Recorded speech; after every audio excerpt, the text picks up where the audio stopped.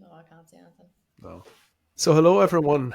Hello, we are welcome, Gemma, Eva, and our guest today, Nadia. You're very, very welcome to the Live Like an Athlete podcast. And we've switched over to a new platform as well. We've gone very professional from we started with Google Meet, then we went to Zoom, and now we're on this. So we're moving up. We're moving up. So you're all very welcome. How are we this morning? Yeah, good. Thanks for having me. Appreciate it. Yeah, so I put out a question box a couple of weeks ago on my Instagram as we're having more guests on the podcast, and your name came up quite a few times as I'm a potential guest. You didn't put in yourself, I did you?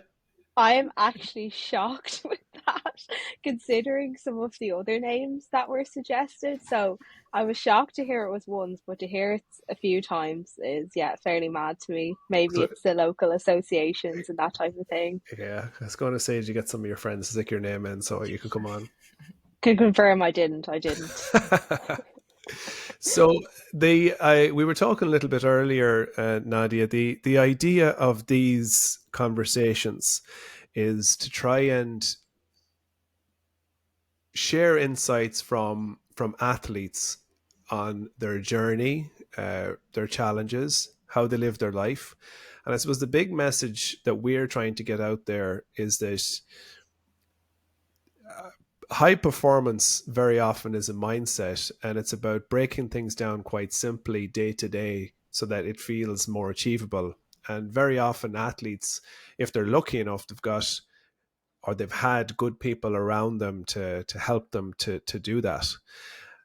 For us, we believe that everybody can be a high performer or can perform better if they get these kind of core components into their lifestyle.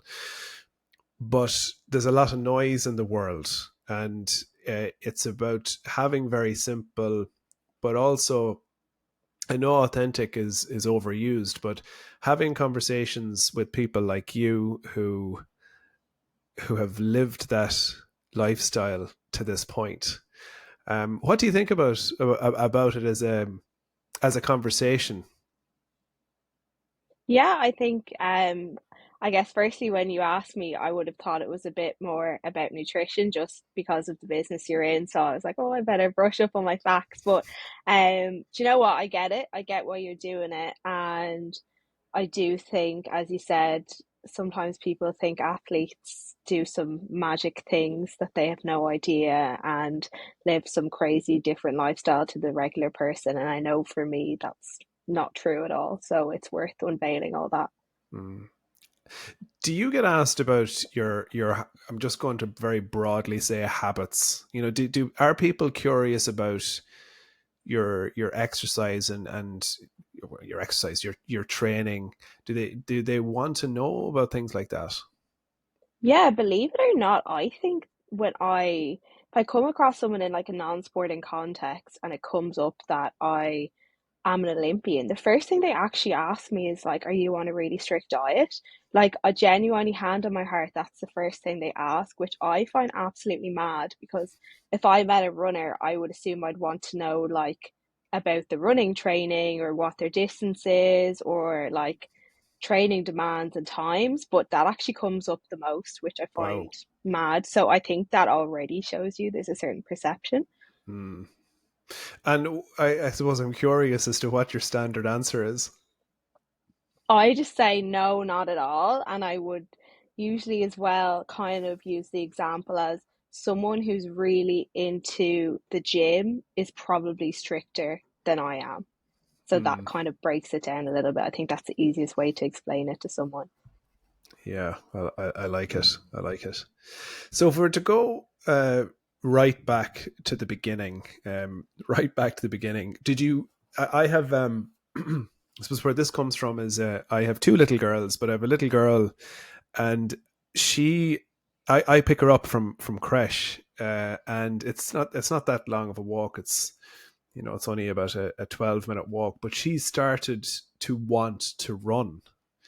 And I suppose the question I have for you is that have you always enjoyed running, or what are your early memories about running? Yeah, that was where the talent was spotted first. I used to run away from my childminder, and she'd report back to my parents that I was really fast and it was driving her mad. Seriously? Yeah, so that would have put it into my parents' heads first, I would say. So we're talking at the age of what age? 2? Yeah, 2, 3, when I just was starting to walk and run, I obviously was just a nuisance in that way. So it was very early. And then in school, kind of, I guess, a turning point in my childhood then would have been when I won a school sports day race by, and like I would have beat the boys and the girls in the class. And then that's what was the exact thing that spurred my mom to bring me to a local athletics club. I love hearing stories like that, and particularly hearing about you beating the boys. When did you? I think a lot about even me playing Gaelic football. I think an awful lot about the hours that I spent kicking the ball off the wall at home. When did you sort of develop the appetite for it and go, I like beating people? I guess just when I started then in athletics, I played camogie as well, so that would have been the first sport I started in Jude's in. So I would have started that when I was about 5, and then athletics didn't come till I was probably 8. But yeah, I was just always competitive. Always enjoyed my sport. I wouldn't say I'm the most competitive person you'll ever meet in terms of beating other people. I think a lot of my motivation from sport comes more from an internal self-improvement point of view, and that was probably a theme throughout growing up. Could you elaborate a little bit more on that? Because that's really interesting. Yeah, I think just maybe in the last few years I reflected on it, and you can see certain athletes would have that real fire in them to beat others. And I definitely have that. I'm annoyed if I don't win or that type of thing. I want to win. But I think what drives me is like me wanting to achieve something myself and be a better version of myself, not like beating other people. Like I don't really focus on other people in that way. Because that's an incredible skill and that's an incredible asset if that comes from within and that's something that you've recognized because you know it we live in a world that's very hard to control and there's an awful lot of noise particularly in the space of lifestyle and the space of health and nutrition. We're constantly trying to get people to think more about what you've just described, their inner voice and their inner purpose, and recognizing that if you look within and if you reflect more, that you can actually bring an awful lot more clarity and consistency to your actions. So for you to talk like that and to have that as something that you've used as a guide for your own drives and what you want to achieve, that's really cool to hear. So, moving through the years, you, I suppose, we've got up to the age of 8 or so. Um, how did you begin to identify what distance that you felt your strength was at? Because clearly, as a child, you're competing in all different types of distances. Yeah, I think from about age 12 when we started doing All Irelands and stuff. So you would have done your Dublin Championships and then you're allowed to compete at the national level for the first time in under 12. So your three kind of running events brackets were cross country, which is longer stuff, running in the mud. Hated that, still do, but was good at it. At the time, not anymore. And then you have sprinting, which definitely was something I wanted to do. I think if you're watching the World Championships last week, we all kind of think the sprinters are the coolest. So, definitely wanted to be a sprinter. And then there's middle distance where I've landed at now, which is like 800 and 1500. So it basically just became a process of what I was good at. Like I remember one year I like came second in the 60-meter sprint in the All Irelands and I won the 600-meter and I was like far more excited about the sprint and I didn't want to do the 600-meter because it was so painful. And then the next year I placed nowhere in the sprint and still won the 600-meter. So it just became obvious to me then that I had to forget the sprinting dreams and just go on with the middle distance. What's the feedback like around that. Part of it is about your own enthusiasm and figuring it out yourself. But in terms of coaches and people who are watching you run and identifying your strengths, what is that like? I mean, for somebody who's I don't have a great depth of experience in running or athletics, you're kind of thinking straight away in my mind, like you're looking for how to measure your balance between fast twitch and slow twitch fibers. Do you know what I mean? It's like, is Yeah. there a way of identifying, right, this is actually me playing to my strengths?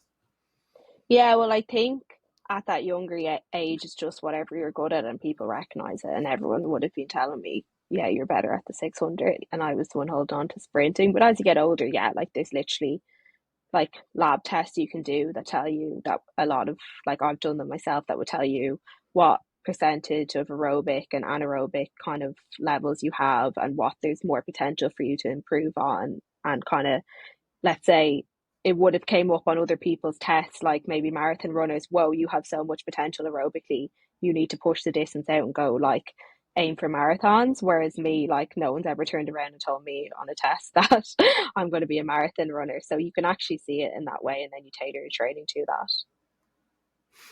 And what was your experience like as a young athlete growing up? What was going through, when did you think, right, I'm really going after this? Or what was the mindset, or how did that progress over your teenage years? And like, I mean, begin to compete at different levels, but I suppose, how did how did your ambition or your goals change as you got that little bit older? Yeah, I think it was a very step by step type of thing. And it was never like, I would never say, oh, age 10, I decided that day I would be an Olympian. And every day after that, it really wasn't a case of that. It was very much like, did running, enjoyed it, kept coming to training, kept doing races, kept improving. And it was kind of that whole thing where actually, after you build up years and years, you kind of eventually look back and think, oh my God, I've really improved in that. And oh my God, I'm the only person who always turns up to training. And oh my God, all these people I used to race against who beat me, I'm now beating them, or they're not competing anymore. Like it was just very much, I just stuck at it. And I guess others didn't, maybe trade secondary school, obviously with that fall off with a lot of girls and stuff. And then I think in terms of like being an Irish senior international, that was something that I just would have thought that's so hard. Like Olympics was like, whoa, that's crazy. Imagine doing that. But never really thought, here's my plan about how to do it, or that it was attainable. I just eventually got closer and closer, and then eventually was like, okay, I actually can do it. And then it was only a year or two beforehand that I made a real plan to get there. That is, I think it's fascinating because, like, as you're speaking, I'm visualizing you turning up to training, and then the people who were there all through the years are not there as much. I suppose just the whole turning up thing is something that you hear an awful lot in sport, and you hear an awful lot about people who are successful in business, and it's just that idea that you keep turning up. What did that actually look like? What did that mean? I mean, are you in a park on a December evening, on a Sunday morning? What did that mean? Like, had you a coach that you were turning up to, or a group that you were turning up to? Yeah, like I would have had yeah, my local club and in Bushy Park there just in Temple Oak where I was training, but it was never like a really complicated thing for me. I still struggle a little bit with o- like with other people. If let's say someone I'm talking to says they want to do something and they've really then not taken the steps to do it. Like I know I say it's probably a bit annoying, but I just really don't get that. Like I'm very much, if I say I'm aiming to do something, I will just do the steps to do it, and I don't understand why it's complicated. So for me with training, it was like, well, you want to do the race, why aren't you going to training? And of course, I'm going to go to training. It's on 3 times a week, and racing at the end of the month. Obviously, I'll go. Like it wasn't that complicated. It wasn't like this big motivational thing. It was just, I want the goals that training brings, therefore, I will go to training. Would you describe that in every aspect of your life? I suppose, you've described something that you really enjoy and that you've excelled in. Do you think you got the same mindset to like what you're pursuing in other aspects of life? Yeah, yeah, I think you're right to call me out on that for sure. It's a lot easier when you're passionate about something. I think, yeah, definitely in terms of something like, oh, I'd love to meditate more, that type of thing. Love to have a better morning routine. That hasn't been so good, even though I know that would probably um lead to better steps. So I do definitely think you have to have a purpose with something or a clear goal. I would have said I had like a similar enough approach to college. Like I obviously didn't love like doing college work and stuff, but overall I did like my degree and I wanted to do well in it. So therefore it was just a case of carry out the steps. So yeah, I would say you need to be interested and enjoy it to have that level of motivation maybe. Hmm. We talk a lot in our team about getting the balance right between talking about the things that we find fascinating and really engaging, trying to get that information to be as accessible as possible. And it's a big part of the reason why we're having this conversation today. We know that life gets in the way for people. People talk about, we don't have the same perspective, but we want to give people far better solutions, and set them up in a way where they can feel like they can be more consistent by breaking things down. And you described it beautifully about taking each step. Like, you never got ahead. It's the classic athlete's mindset. This is the day and the session that's in front of me. Execute this as effectively as possible. See what I need to tweak or improve and move on to the next one. But it's very hard for people to get into that type of mindset. How have you found, you know, I actually take a, before I go into your own, even going into your own nutrition practice and recovery and preparation and going into the detail of the pillars of performance, what's your perception uh, of nutrition, or how has your attitude towards food evolved and changed over time?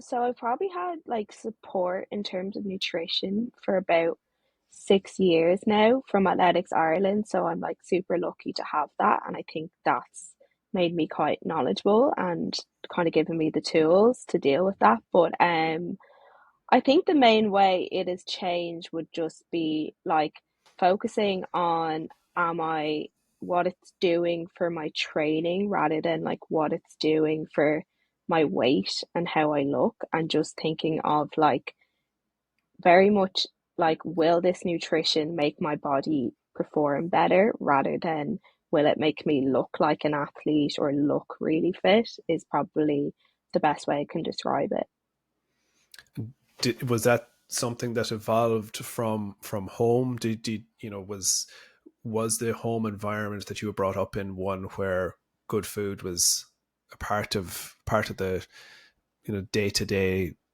living and lifestyle?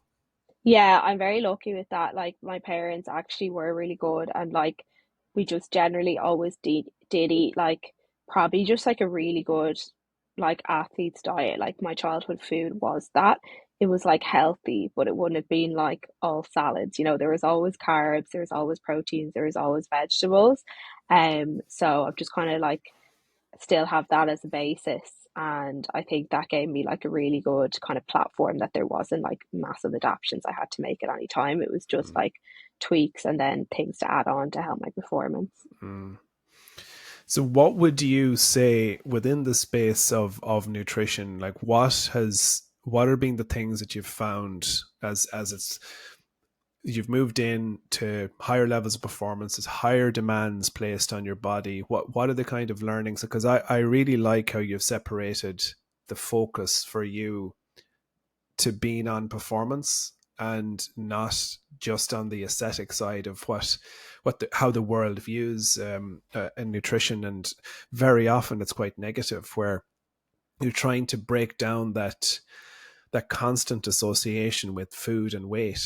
So I mean, did you always have that confidence and that positive relationship with food, or is that something that evolved with your experience and with the support?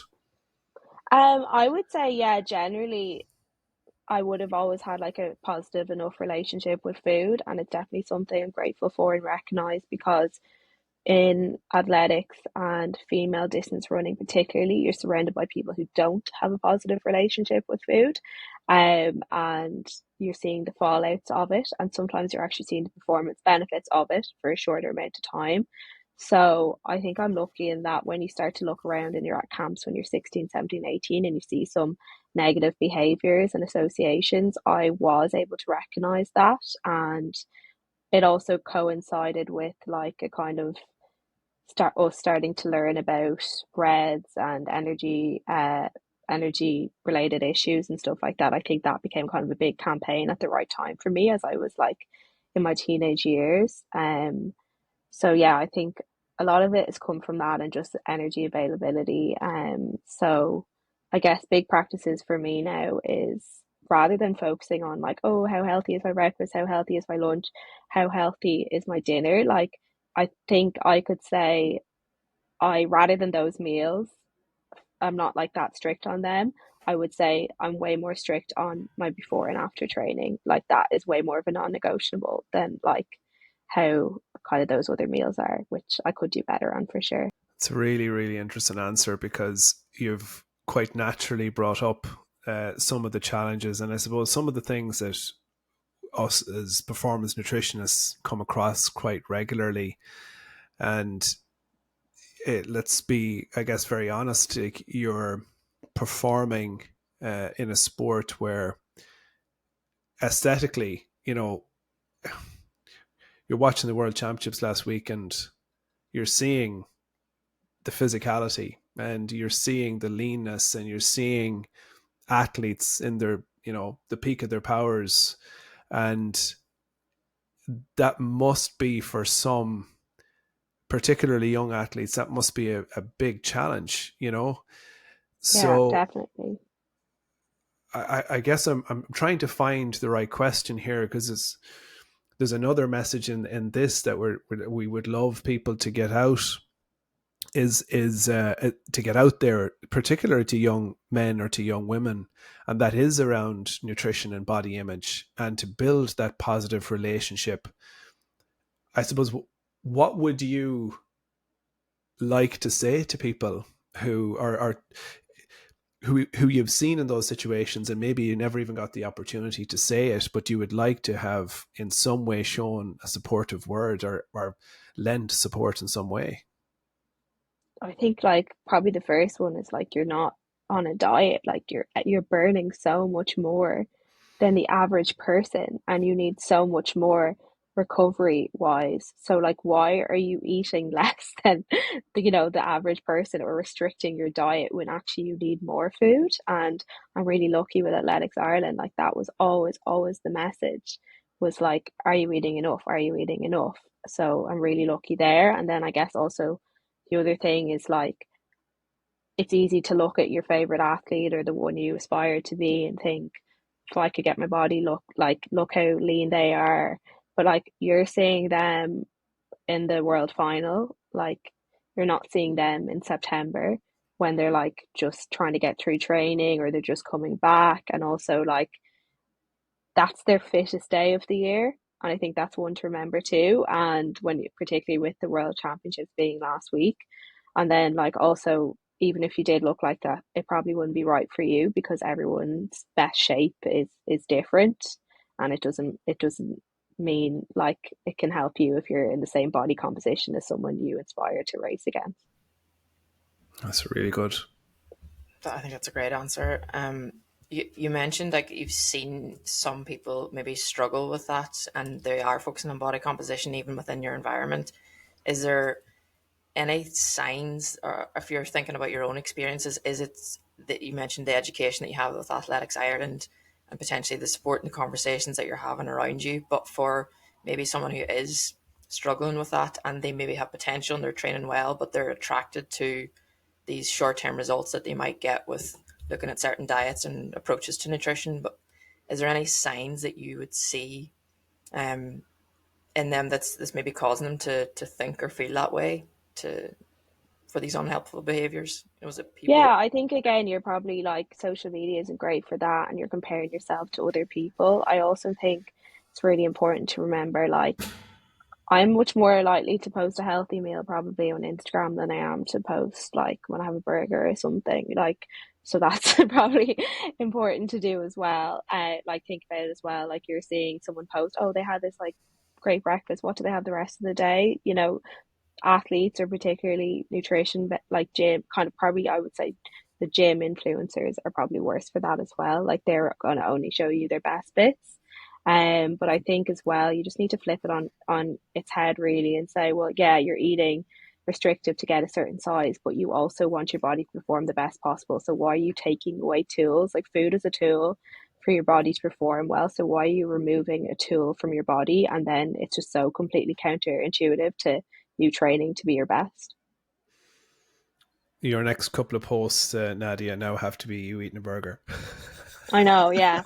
To be fair, I think I probably do post when I have bad things too. Like I wouldn't be, it's almost like an awareness, I would say nearly. Like the other day I actually made a salad and like I was like, no, I'm actually not going to post that. Like, it looked really pretty. And I put it on my close friends on Instagram and I was about to put it on public. And I was like, no, I don't want to be annoying. Like, so I'm probably actually more likely to post like a cookie or something. But that is maybe because I'm trying to make such a point of not being that athlete with unrealistic standards. Mm. Nadia, I'm genuinely very grateful for you to bring up this topic. It's very easy, very, very easy to skirt around or just glaze over things that we feel very strongly about and don't often get an opportunity to talk about. I think some of the biggest challenges is that we would face is that logic isn't always the thing that connects with people.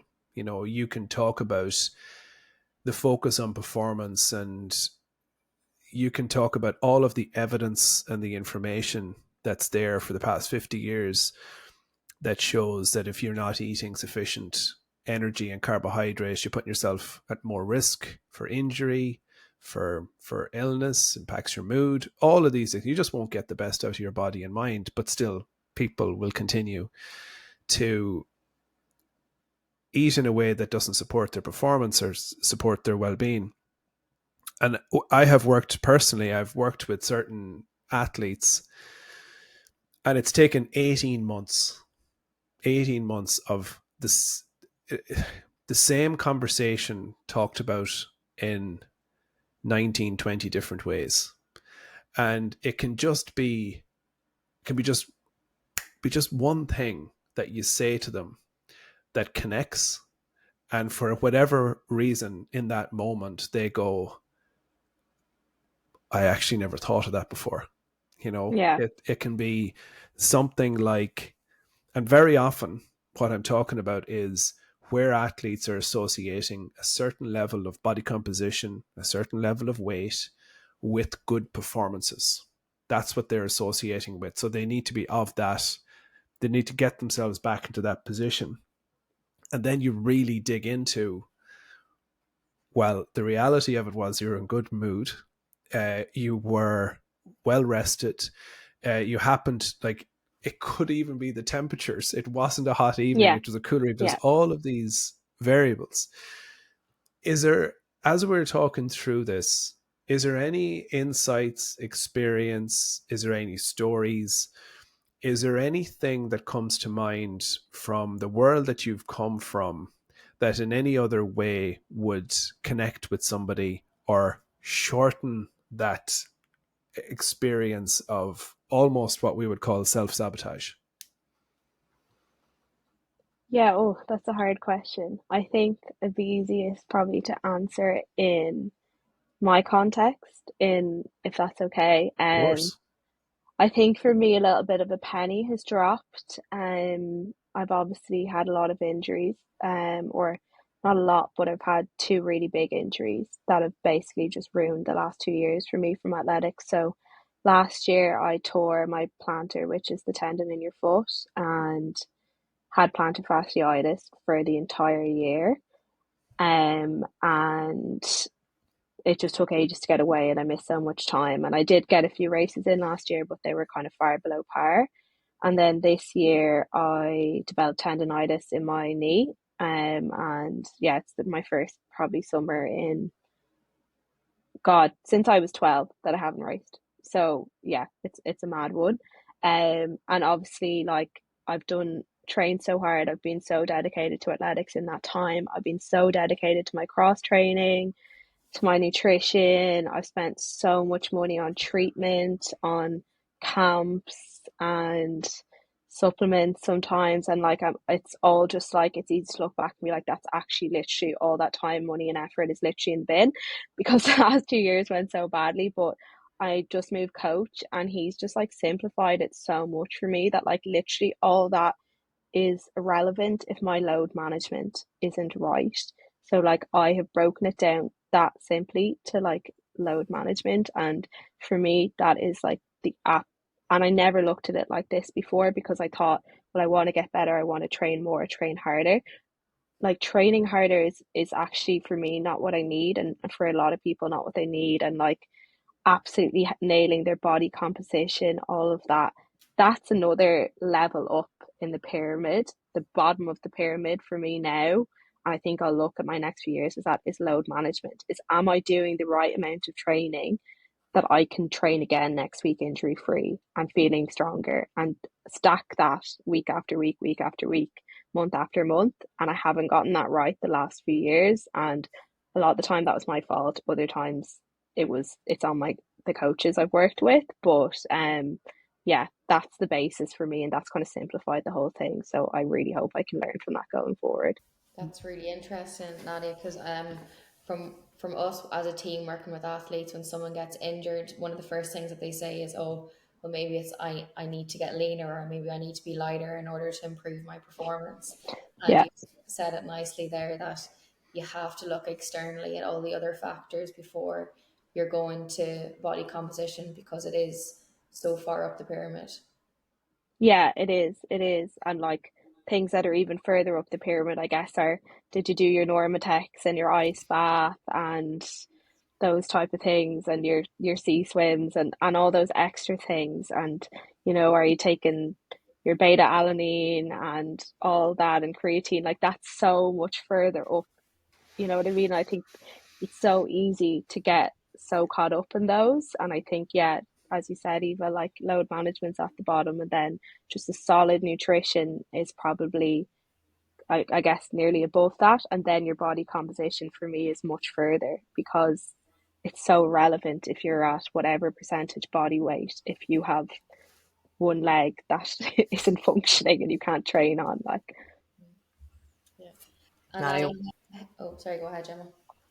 I was just going to ask what does load management look like for you? What does is it the recovery process, and what allows you to move on to the next week injury free? And yeah. So I think load management for me looks at like really small increases every week. Right now, it's incredibly frustrating, and I'm kind of every week getting my training program and nearly like sighing because I know like I could physically do, I could get away with doing more, but it wouldn't be optimal for me. So, like, my new coach that I've just kind of started working with has really pulled it back. So, it's that, and it's just can I stack those weeks on top of each other because it's so relevant if I train to a really big session but then I miss 4 days because something's hurting me or I'm sick after it or something. So it's just consistency is the basis of it all. When you've been dealing Out of with interest, Nadia, what does your training actually look like then? So is it all run work? Are you in the gym? Like what is it kind of split up into? Yeah, so now very much in a rehab phase, like I'm barely running. So I'll give you a snapshot of now and then I'll give you a snapshot of I guess what I'm hoping to be back at in a few weeks time. So like now I train 6 days a week and it'll probably be twice a day, like only probably one or two of those days at the moment. So it will be, at the moment, I'm up to running 4 days a week. Two of them this week are on the Alter G treadmill, so the anti-gravity treadmill, which I'm really lucky to have access to. So that's in the Sport Ireland Institute. So I'm running at like 85% there, just to like get those extra 4 days a week running, but doing it at like slightly less impact to my body. And then the other 2 days this week were like literally 15-minute jog, 5-minute walk, 15-minute jog, and then a good bit of Pilates work, which I've started because I think I could do it, like strengthening my core and like hip control and stuff has contributed to my injuries. And um kind of there'll be a piece on rehab, about 20 minutes of rehab like every day, which I kind of just combine in rather than doing a big chunk. I'll hit like my calves, my hamstrings, hips one day, then the next day I'll hit like my knee and my quad strength. So that's kind of how I'm cycling it. And then, but again, totally different to how I want my training to look in 2 months' time. So I guess looking back over the years, it would have been maybe on Monday like a 50-minute run, and then Tuesday would be a session, and maybe a bike double 30 minutes in the morning, and then the session in the evening. Wednesday probably a 50-minute run or a 40-minute run, and gym as well. Thursday the same as Tuesday, either double running session or a run, and then like a session, and then bike in the morning, and then Friday rest or just like a short run, like 30 minutes, and then Saturday another session, and then Sunday maybe like a 60-minute run and a little bit of rehab, something like that. Nadia, you describe training that you look forward to, that there's an enthusiasm and an excitement of what you're looking forward to doing. But yet, in order to get back there, there has to be a huge level of consistency and a real precision and accuracy in your rehabilitation. Yeah, How 100%. do you get yourself up for that stuff? You know, you mentioned breaking your body down. You know, you're talking about your hips and your knee, and people are going like, what? What's she talking about? How do you get yourself up to go, I need to nail this? Yeah, so right now I would say I'm not very motivated about it. Wouldn't say I'm enjoying it. Wouldn't say I hate it either. I just like exercising anyway. So like I'd actually rather do the training I'm doing this week, even though it's not what I want to do, than do nothing, because I just feel better when I exercise. But yeah, I'm just honestly looking at it as a tick the box at the moment, and this day's ticked off and I move on. And I'm making a very conscious effort not to think about it after, not to get too hyped up about it before, not to get too motivated about it. I know it sounds stupid, but like it's just such basic stuff and so far from where I want to be that there's actually no point in me getting really like upset if it doesn't go great or really excited about it. Like it's just better to like almost take the emotion out of it and tick each day off. And then I guess that will stop me like just getting too upset about the situation or pushing a little bit too hard if my body feels good. That's kind of, yeah, it's a weird way to go about it, I think, but it's something I've kind of had to do because I am so like passionate about training and everything that I actually, and that energy I definitely have like a kind of, because I love training and I want to do so well, like that does make me have a tendency to overtrain. So for me, I have to actually completely take away that like enthusiasm, and then I just do what I need to do and nothing more. And as you described, doing what you need to do, you know, you still need to make sure that you're progressing, or at least doing what you're told. How do you know that you've hit it at the right intensity and that you're working just on that threshold? Because that's important for anybody coming back from injury. Yeah, I think I just know my body well at this point, and I know from past mistakes when I've overdone it. It's particularly a relevant thing because it's been tendon injuries, which I've dealt with, which are so difficult for that because like they just flare up, and some days you push them hard and they feel great, and other days you do something really simple and they feel bad. So there's very much that like everyday screening of, was that okay, was it not? But I've genuinely unfortunately just learned that I know kind of, okay, I'm doing my rehab today, it's a 1 out of 10 after I've I've upped it on my weight in my rehab. It's a 1 out of 10 the next day. Perfect. I've nailed it. Let's move on. If I up the weight and then the next day it's a 3 or 4 out of 10, no, I've overdone it. So that's kind of how I go about it. And like that's what I've worked with my physio for. Okay. Okay. This is a little bit of a pivot in the conversation, Nadia, but how do you manage the social aspect of your life versus, being injured and wanting to get back competing at the highest level possible? Have you identified I suppose where this is coming from is that a lot of the athletes that I would have worked with or know they're in the bubble. They're in the performance bubble. Their friends are their teammates, and they do the training, they're performing. Would you describe yourself as being in a performance bubble?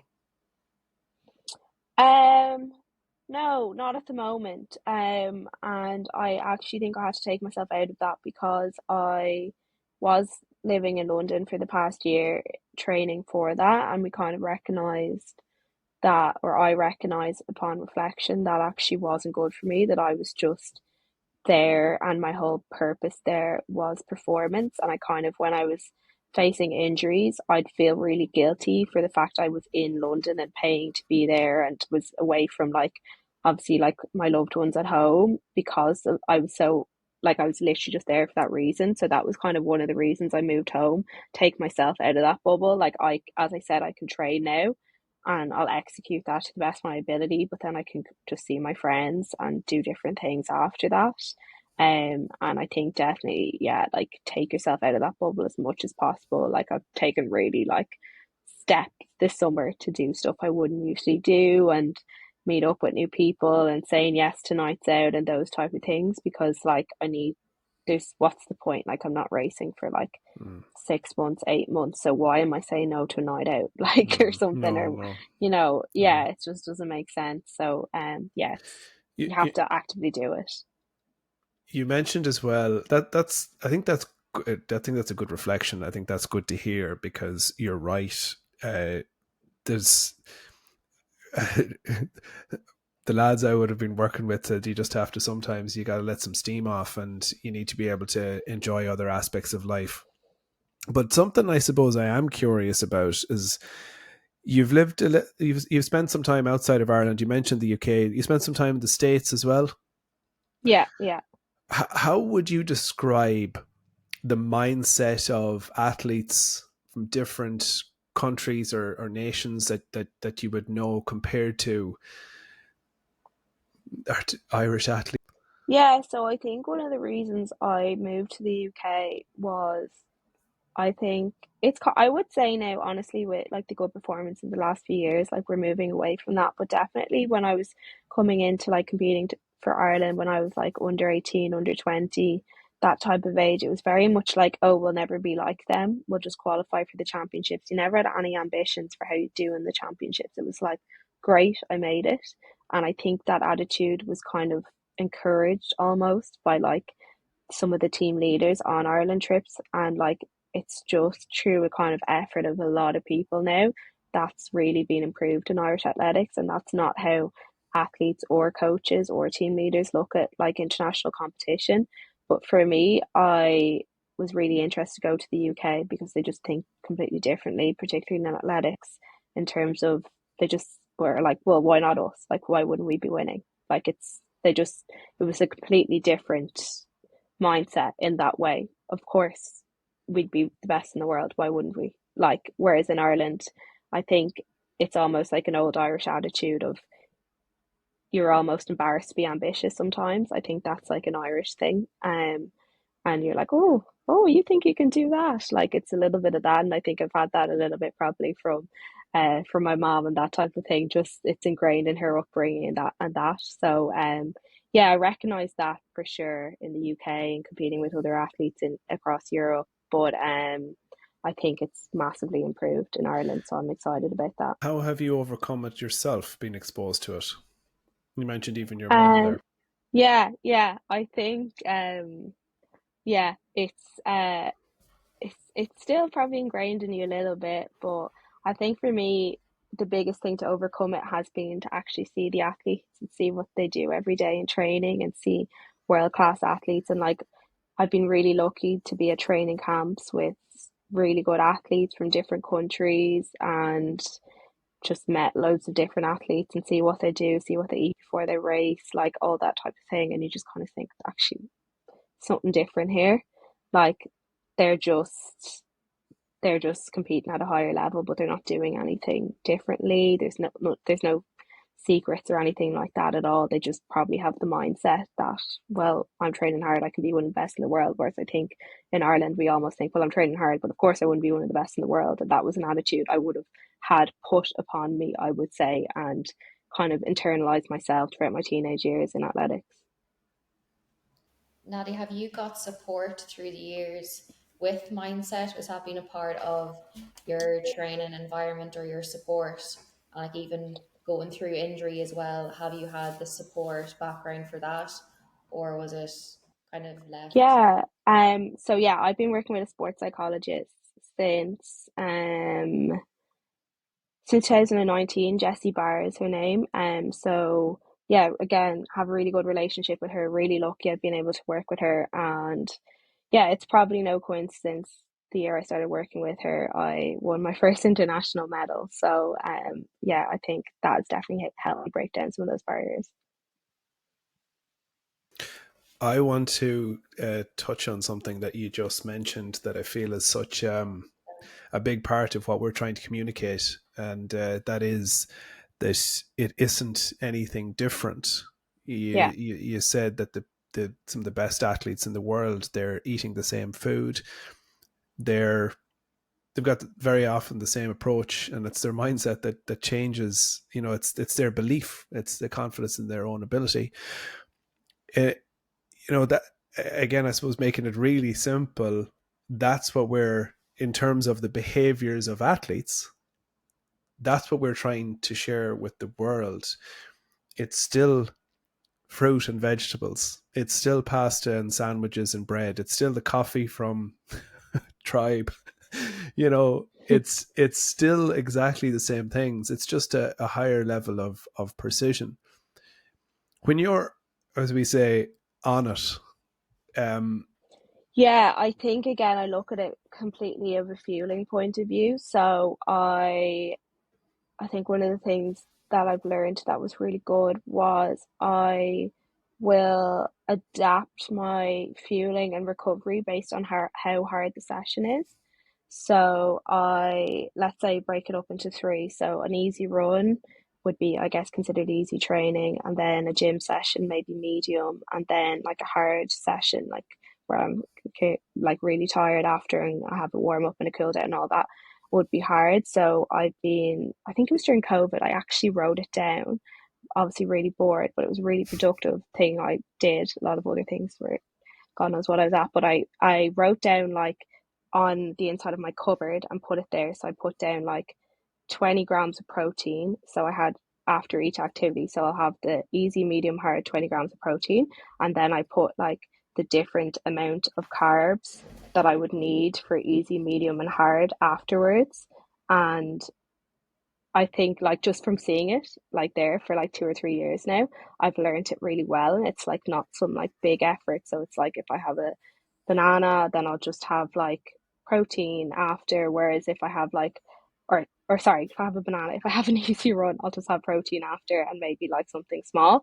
And then if I'm doing a medium sized thing, then I'll make sure I'm getting like that same amount of protein, but then I'll use like, I'm looking to be sponsored by Optimum Nutrition, so they have some tools that like they've just the protein on their own, but they also have like a shake, which I know is like the right amount of carbs too for after a medium thing, and then I'll take like it's like a 2-to-1 recovery, which has like quite a high amount of carbs with the protein as well after a big session, whereas I know I wouldn't need that many carbs after like an easy effort. So I would say that's my best possible practice. Probably there's a lot of other areas I am at nailing, but I'm pretty happy with that one. I think my cooking could improve, but around fueling and recovering after, I'm pretty strong on that when I am on it and feeling motivated. That is exactly why you came on today. Genuinely, what you did was, you spotted an opportunity, you put an action on it, and what you did, and this is what we're constantly trying to get people to do, is to take ownership of a system. So you have a system or a process that you apply based on the intensity. And what we have done in that situation is we have a traffic light system. So it's red, orange, green, and you can align your carbohydrate or your energy to that. And what you've just described is the biggest, I would say, the most common not actually Yeah, altering. I see it as well. I like, and because I've just learned it now, because I see it every day from that simple action of writing it out. Like, I'll be at a training camp and I'll see someone has just like killed themselves at 25 degrees and they just whip out the protein and they have no carbs. So I'm like, kind of looking at them, judging them. But again, it's a hard one. Like, you have to look into your nutrition a little bit more kind of to get that. So yeah, I'm happy with that. I think in terms of fueling during the session, that would have been another conversation I've had with my nutritionist. I thought, well, I'm carved up before and I'm having carbs after. Do I need to have stuff during? And yes, for some sessions I do. So that's one I could do with making a little chart of and improving on for sure. That's cool. Is it David you're working with? Yeah, Oh, it very is. good. Yeah. The biggest thing that stood out for me, I suppose, is how self-aware that you are, and you mentioned reflection a lot, and how much you've learned from different situations, whether it's been challenges. But what does that process actually look like for you? Is it something that is regular in your week, or is it just something that kind of comes up on a whenever you've Would kind of that be, sorry, Gemma, is that in terms of that reflection process? yeah, yeah, Yeah, I would say, first of all, thank you for saying I'm self-aware. That's a compliment because it's something I seek to be. I would say I She have a doesn't lot of give them out time. often, by the way. Yeah, I'll take it. Thank you very much. I'd say a bit of it is that I have a lot of time as I've been like just mainly doing athletics and a few other things on the side now. So I have a lot of time probably to think about those things. I think I have also obviously want to improve on those things. So I've thought about it, and I think probably working with Jessie is a really has been probably my biggest times when I can realize what I've done wrong. I think not everyone has access to a sports psychologist, and I recognize I'm really lucky to have that. But I think actually like work talking through your steps of the year and what went wrong and what went right, you actually realize when you say it out loud what you've done wrong. And like a lot of the time I've been with Jessie and I've been speaking about something and I've heard myself and been like, actually that's why that happened. And so I actually just think speaking about it or writing it down is where you learn rather than like any other big practices. Like, whereas I think in your head it doesn't always emerge, if that makes sense. So I would say speak and write it down. That's where it really comes out. We were only talking about it this week as a team about the value of reading and the value of writing and how powerful it is for unscrambling your thoughts. The other thing that I feel you've talked about the conversation, I feel really privileged to be able to talk to the team here about these things, and it really draws so much clarity. Like I said, they don't often give you very many compliments, but we still we manage to get through the challenges and get better at communication. Eva, is there anything else that you wanted to ask? Not particularly. I think a lot was covered there, and thanks a million for coming on, Nadia. It was the only really thing that I was going to ask was for your preparation for training or competition. Um, what way would you prioritize that, or what do you think is like your key if you're coming up to a race? What is your mental preparation for that, or even from a training perspective, do you have a specific process that you like to do, or what does that look like for you? Yeah, so coming up to a race, I probably will talk to Jessie if needed, um, and just kind of put down maybe three things on the day I want to focus on, within the context of the race in terms of mindset or in terms of a cue to do in the race. Um, I think in terms of nutrition, you actually have to be quite flexible as an athlete, who competes internationally, I would say, across different sports too, because we're traveling to races, and it's not in your control what you're given. Like usually, let's say if we're just competing on the circuit internationally or at like an international like competition for Ireland, you turn up to the hotel and like sometimes honestly the stuff you're given is awful and sometimes it's amazing, and everyone there you're racing that night is eating it. So like you can't really be making a big deal out of it if you don't like it. You just need to like find a way to deal with that, or like bring your own snacks or bring your own porridge, and just I think I've made a big effort to be flexible and relaxed about those things, because there's just no point in getting uptight about it because the rest of your competition are also eating that bad meal as well. So I think that's an important one. And then in terms of training, yeah, we usually just rest up. So if I have a race on Saturday, my last session will be Tuesday, and then it'll just be easy running till then. Very good. Was when you started doing those international competitions, was that something that you got a little bit worked up off? If you were going and the meal was horrendous, would that kind of play on your mind a little bit, or how have you overcome that? Yeah, no, it would. Like it, especially sometimes to be really surprised in places that it's really nice and really surprised in places that it's horrible. Like I remember my first really bad experience of it was European Youth Olympics in the Netherlands. Like it was a gorgeous place, but oh my God, the food was like you could actually barely eat it. And I'm lucky my parents were calling me there that were there, so I was calling them like being like, "Can you bring me out to dinner? Like I actually can't eat this before a race." But yeah, as you get older, you can obviously go out and walk to the shop and those types of things. But yeah, it's an interesting challenge that athletes face. But again, you just bring yourself back to the fact that your competition are also eating that. So, you know, they all have the same fuel. Have to compliment Eva. Some good questions there, Eva. It brought up an interesting kind of inside knowledge about athletics there. Yeah, no, but it actually brings up something else that I'm now curious about, and that is more so your process, Nadia, when a race hasn't gone well. You know, that's something that athletes have to deal with all the time. And, you know, whether you've got something wrong in how you approach your tactics or whatever it might be, how do you deal with that? I'll put my hands up and say my process is not very good and is a major point for improvement now, because I tend to get quite upset when a race goes badly. Like, and I'm very aware it's something I need to work on. I probably think there's a good chance it will improve next year, because when you have years of races going well and things going relatively well, having a bad race and running a second too slow seems like the worst thing ever, and something I'll cry about and not sleep after the race and be upset with. But then I would say, when I look back now and see, actually, it can get a lot worse. You can miss 2 seasons in a row and not race at all. I think next year I probably won't cry myself to sleep after running a second too slow. Yeah, So, a makes big point of improvement, but I think you almost don't know that until you've been, brought back down to earth with actual real problems happen and worse things can happen. yeah.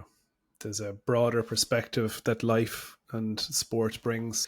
I think 100%. I think just from my own experience, that's something that I had to do a huge amount of work on as well. And it's something I suppose even when you stop participating in competitive sport, it's still something that you're having to process and deal with. And I have definitely got better. And for me, it's been giving whatever it might be, whatever level of performance, a bit of time to Yeah. let the emotions sort of plateau a little bit. Because like I even remember it's only back in April, as a team we delivered a talk, and it was a very different type of format and a very different direction, where we wanted to give people a better insight to our much broader vision and greater depth to our philosophy and what we believed in. And I remember at one point in it going, oh my fucking God, this is a disaster. Like, this is going so shit. And people were beginning to look at the ground, because, you know, I was talking about identity and vision, and I was talking about really philosophical things. I was like, I've lost people. And all I wanted was somebody to ask me a question about fucking protein timing or yogurt, something that would make it easier. And afterwards, I could the shirt was stuck to my back, and I was going that wasn't what we expected or but when things begin to calm down, I'm not going to lie, there was a couple of pints of Guinness. But when I talked it through with the team, we realized as well that even doing something like this, that even if it had gone well, it was new. It was something we hadn't done before. And you begin to realize how much that you learn from being in that context and that environment. And it can be very painful, but it's the old cliche that how much the losses or how much the challenges or how much something not going perfectly smoothly will teach you about what you can refine or what you can improve. So it's like sport presents those opportunities more than anything. But at the same time, they're all like life, whether it be exams and projects or presentations or public speaking, whatever it might be, it's having a bit of a process the same way going into it as you do coming out of it. Yes, totally agree. Last question, as we were talking about throughout it, and I think you've done this so well, and even just the insights, the step-by-step process, everything from your journey to how you've approached your sport and dealing with setbacks and injury. You've given some really great examples and insight for people listening. We have named the podcast Live Like an Athlete. And I guess the question is your version of that for people listening, a young Eva, Gemma, Nadia, or are people who are just out there wondering what that means. What does it mean to you? I think live like an athlete means to me that my training, my life is built around my performance and my training. I know that's not attainable for a lot of people in sport, but I think even if you're in full-time work but your sport is still important to you, you can look at it like, have you built in a way that your work fits in nicely and you're not too tired for your training, or you're not missing fuel situations, anything like that. Like training and competing needs to fit in, and everything else needs to that needs to be your center, and everything else needs to fit around it in terms of routine, nutrition, consistency, habits, work. That needs to all fit around, and then your performance is kind of in the center. It's really, really, really excellent. Really excellent. And I think that's what comes through from you. That's what comes through from high performers in any field. It's like once you and your performance are the central focus, and you understand then what influences it through your reflective process, you can only evolve and get better.